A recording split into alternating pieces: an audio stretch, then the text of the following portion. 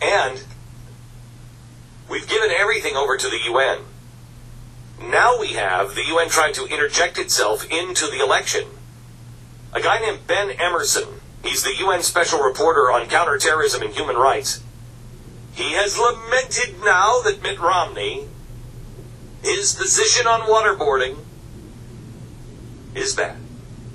Quote, "There is no doubt that the Romney administration would be able to claim a Democratic mandate for torture."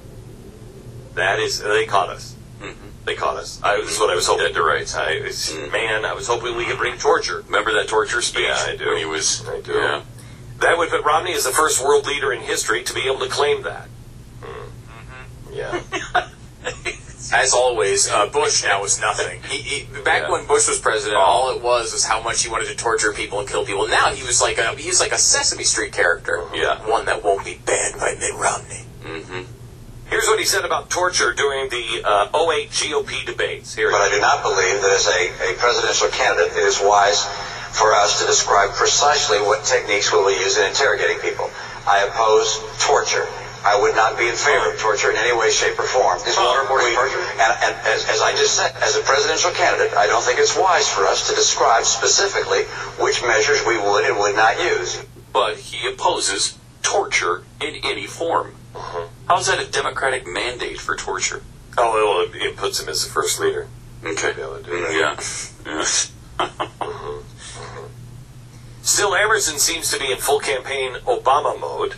Emerson said Obama had begun to realign U.S. policy with international law. I believe that is absolutely right.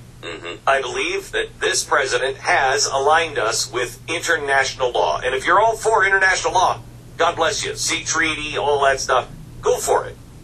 Not for international law. I'm not for one global government like the UN.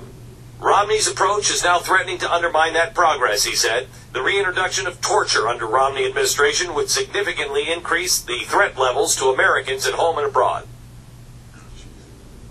Such a policy, if adopted, would expose American people to the risks the Obama administration is not currently exposing them to. What risks are they not exposing us to? Oh, I know. The risk of actually being safe from Sharia law and Islamic extremism. Could it be, possibly, that Mr. Emerson, along with the rest of the worthless worms at the United Nations, are starting to feel as though the gravy train may have run out of track? The United States of America now pays 22% of the UN's core budget of $14 billion, and 25% of its system-wide spending comes from us. And the UN total spending tops $25 billion. Could it be that the UN understands the best friend they ever had in the White House is Barack Hussein Obama? A president who considers himself a citizen of the world. Although tonight I speak to you not as a candidate for president, but as a citizen. A proud citizen of the United States and a fellow citizen of the world. Fellow citizen of the world. The whole charade with the UN has gone on far too long. With 5% of the population. Why do we have this abomination on our soil? To berate us, to fight against us, to fight against our allies every step of the way, all the while paying the freight for this bloated, corrupted group of bureaucrats. And now we're inviting the UN, I don't know if you've heard this, to monitor our elections. The Leadership Conference on Civil and Human Rights, the NAACP, and the ACLU, among other groups, have warned this month in a letter to Dane Everts, the senior official with the OSCE, a UN partner, of a coordinated political effort to disenfranchise millions of Americans, particularly traditionally disenfranchised groups like minorities. So they're sending, the UN is going to send observers from Germany and France and Serbia and Belarus, Ukraine and Kazakhstan. Really? They'll observe the voting at the polling places and other political activities that you may see in Ohio, or in Iowa, or in Florida. The UN has no jurisdiction in the United States.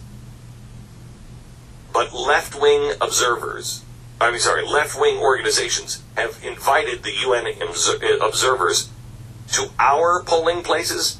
These guys are from countries that They're dirtbag countries. They're the ones that Serbia, Belarus, Ukraine. We should be watching them. They're watching us. We used to watch them.